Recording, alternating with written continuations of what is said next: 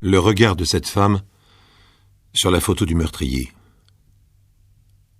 L'instant où elle découvre le visage de celui qui a assassiné, où elle découvre ses yeux, son front, sa bouche.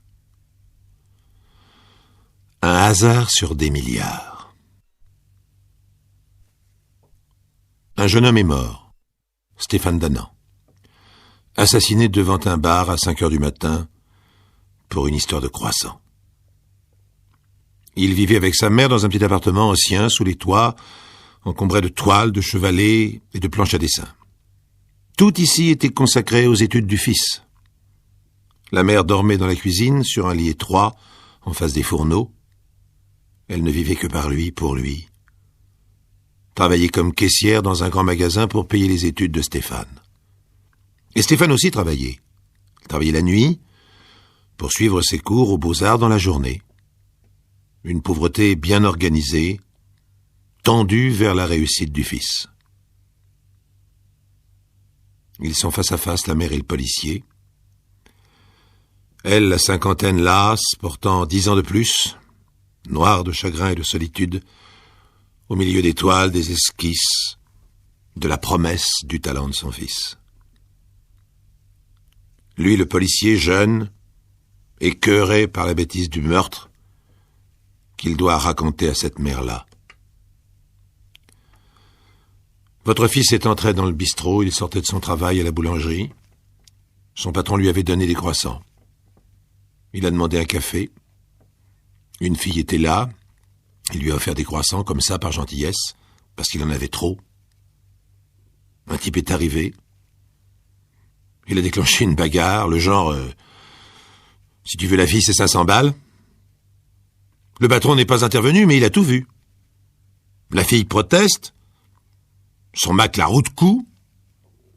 Votre fils veut s'interposer, bagarre. Le patron les flanque à la porte. Et là, le type s'énerve, sort une arme et tire.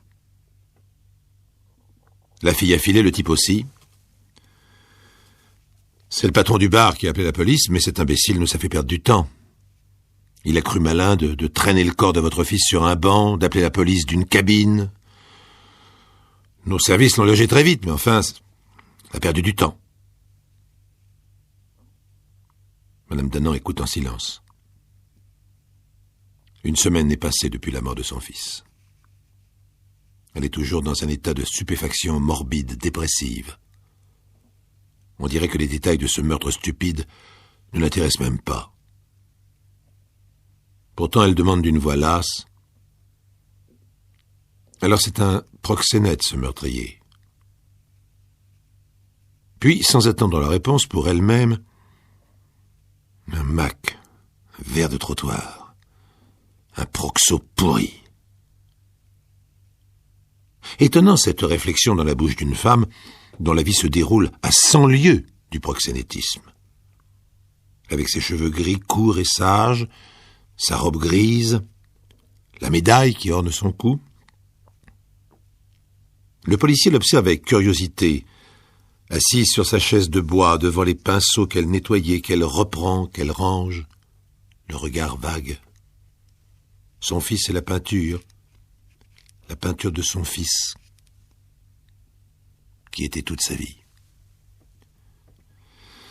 Par principe, Madame Danan, je vous demanderai de regarder cette photo au cas où votre fils l'aurait connue.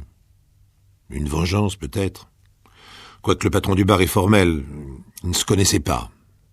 Apparemment, c'est une bagarre stupide. L'autre avait bu, il n'était pas du quartier.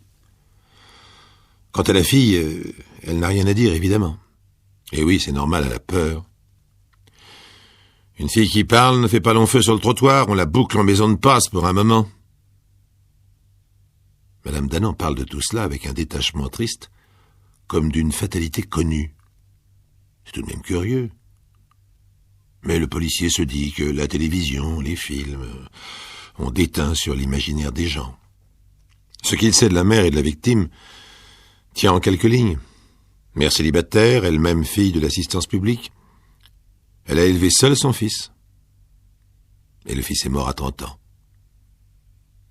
Après des années d'études, il allait enfin entrer dans une boîte de publicité, faire du dessin, exercer un métier qui ressemble à autre chose que les petits boulots de nuit. Son grand but, faire un stage de peinture à Sienne, en Italie. Puis peindre. Toutes les toiles entassées dans le petit appartement sous les toits le prouvent. Il peignait comme une soif inaltérable. La photographie de l'identité judiciaire que le policier tire de sa serviette n'a rien d'un tableau de maître. Le meurtrier présumé, car il nie contre toute évidence, a réellement la tête de l'emploi. Un vieux beau, visage veule, regard bleu sans âme, menton flétri. Il était déjà fiché pour proxénétisme.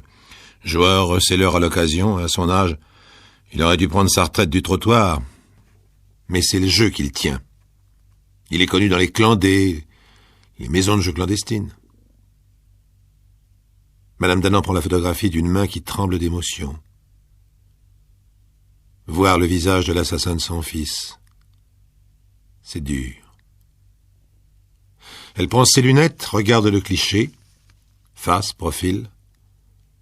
L'homme a le cheveu gominé, long, petite queue de cheval dans la nuque. Soudain, Madame Danan ne tremble plus. Elle fixe le visage de l'homme. Sa voix est enrouée. Comment s'appelle-t-il? Bertz. Bertz Marcel, 64 ans, né à Strasbourg. Célibataire, profession commerçant. Il a pour alibi une carte de brocanteur, enfin du vent. Madame Danan est si blanche tout à coup. Elle a un tel regard que le policier reprend immédiatement la photo qu'il a du mal à arracher de la main crispée. Je comprends vos sentiments, madame. Oh, excusez-moi. C'est le choc.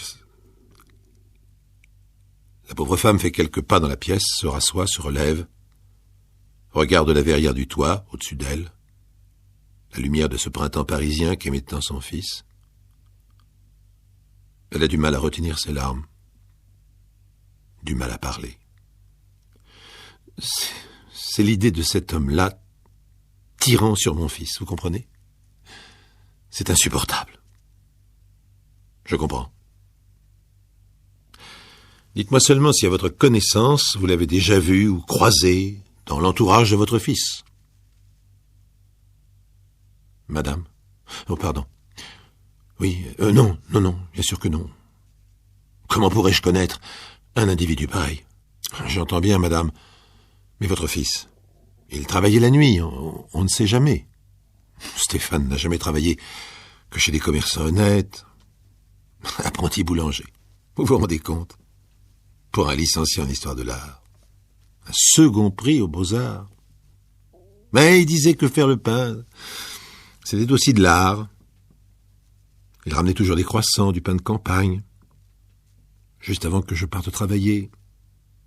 Ah, il riait de son nez couvert de farine, de ses ongles blancs d'avoir trituré la pâte. La peinture de la vie, il disait. Madame Danan ne s'arrête plus. Elle parle, raconte Stéphane, se perd dans les détails, comme si elle voulait fuir cette photographie, le visage de cet homme qu'elle vient de prendre en plein cœur. Et puis elle s'arrête brusquement. Pardonnez-moi, je ne me sens pas bien. Le policier se retire, mission de routine, pénible et désagréable, auprès des familles des victimes, comme il en voit souvent. Mais ce jour de mai 1975, quelque chose lui a totalement échappé. L'instant, le moment où il a tendu la photographie à cette femme. Ce regard. S'il avait su comprendre cet instant-là. Le jour de la reconstitution, personne n'avait demandé à Madame Danan de venir assister au simulacre du meurtre de son fils dans ce bar de quartier, sur ce trottoir, devant ce banc public, où était mort Stéphane à 30 ans. Sa vie tout entière. Elle a tiré sur Marcel Bertz. comme tirent les femmes affolées par les armes dont elles n'ont pas l'habitude. Un revolver de dame, disent les armuriers. Mais de près, et en tirant toutes les balles du chargeur, elle a accompli ce qu'elle voulait accomplir. Le meurtrier de son fils est mort à son tour sur ce trottoir qui lui allait si bien. Vengeance ? Ah oui, vengeance. Mais plus encore. Il y avait une chance sur des milliards et des milliards pour que cela arrive. Pour que Marcel Bertzt, joueur et proxénète, ne tue pas un inconnu cette nuit-là, mais son propre fils, sans le savoir. C'était il y a 30 ans. Madame Danan était jeune.